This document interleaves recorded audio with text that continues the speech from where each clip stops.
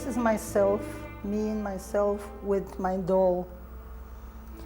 When the Germans come in, my parents tried to hide some value things. So I came with my doll and wanted also to hide it. But there was no room for my doll. To the end, I stay with my doll alone, just me alone in the whole big world.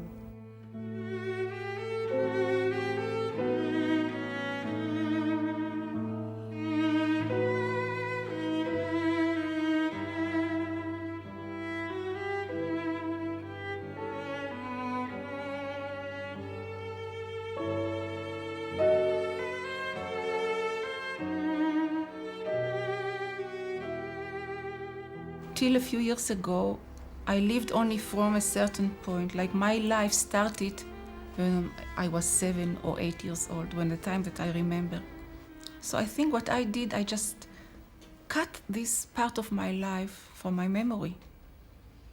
I think that if it was in my memory, I would not be able to continue living normally, I think.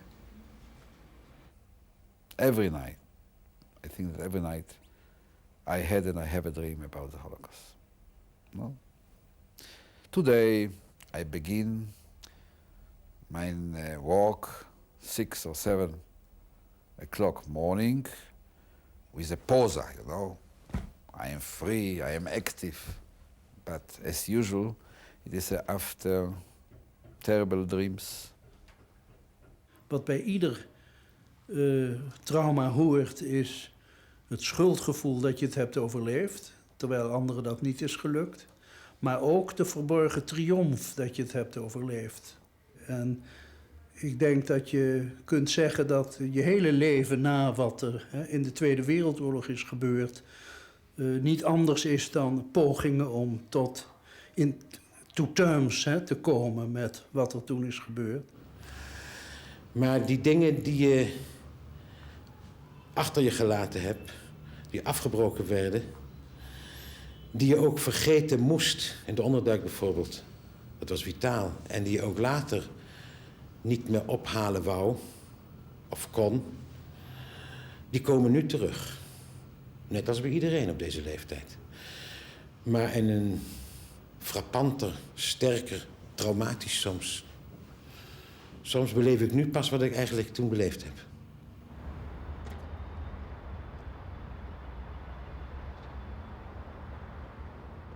I didn't know anything, almost anything about my past.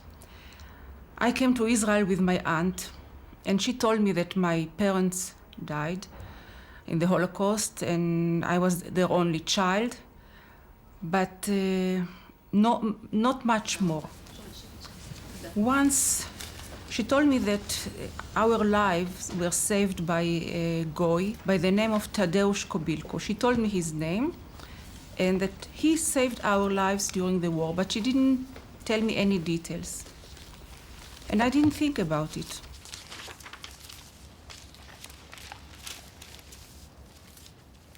And then I saw in a paper an ad for Amcha organization. And it was written there that everybody that is second generation or first generation should come, you can come and get help from Amcha.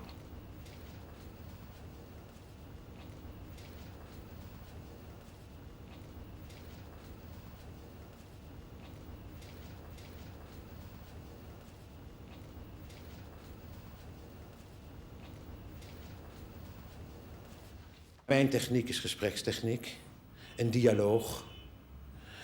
En het gaat mij om het herstel van de continuïteit van de biografie. In zijn kleinste bijzonderheden. Waar was het? Wat voor weer was het? Waar zat je? Wat had je aan? En de mensen gaan zich dingen herinneren.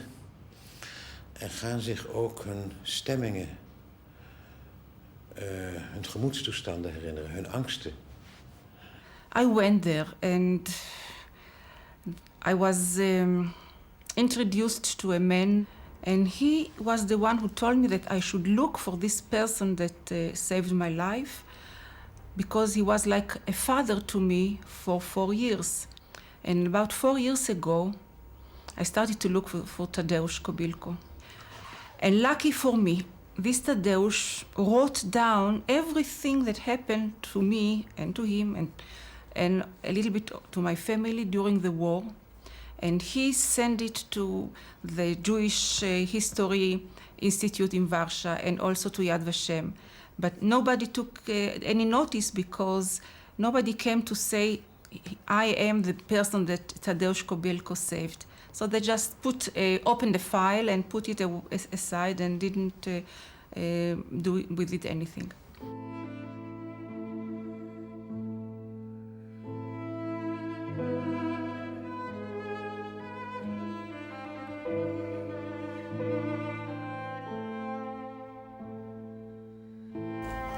I pushed myself to a very hard work in my career, which is fashion designing. And I used to be, like we say, a workaholic, just to forget what's happened during the Holocaust. But the last 3 years, I realize if I will not start to tell the story,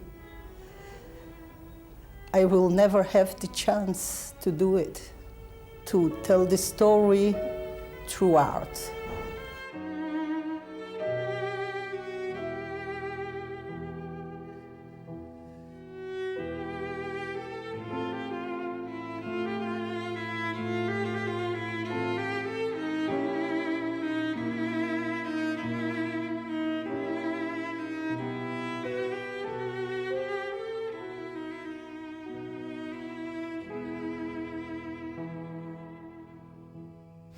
And I found out that I was born on the 2nd of July, 1939, just 2 months before Germany invaded Poland. Till 1942, I was with my parents. But what happened that my parents came to know a person by the name of Tadeusz Kobilko. He worked with my aunt in Lvov in a chocolate factory, Hazet. And through her, he met my parents. He came to my parents a few times, and he brought some people to hide. And in one of the times, he promised to my parents that if anything will happen, he will come and save me.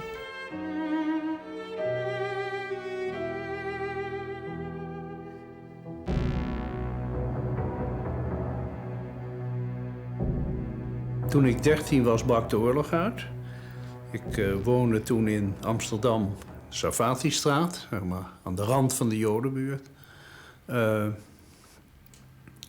Ik was de eerste klas van de middelbare school. Daar hebben we nog eigenlijk 2 rustige jaren gehad. Waarin je eigenlijk begon te denken dat het allemaal nog wel meeviel. En bij het uitbreken van de oorlog was ik 9,5. Ik herinner me de meidagen heel precies. Alles wat er in mijn kleine milieu en in mijn familie voorgevallen is. De verrassing, de angsten. Hoe snel ik het allemaal kon begrijpen. Daarna begon de school weer na enige tijd, alsof er niks gebeurd was. The first day after the occupation was the first pogrom, the first akcja. The Ukrainian nationalists and fascists, they were very active in this akcja. They have killed more than 500 Jews. And we escaped to a small house of Mrs. Lasotova, a Ukrainian woman. We were hidden in a cellar for 2 days.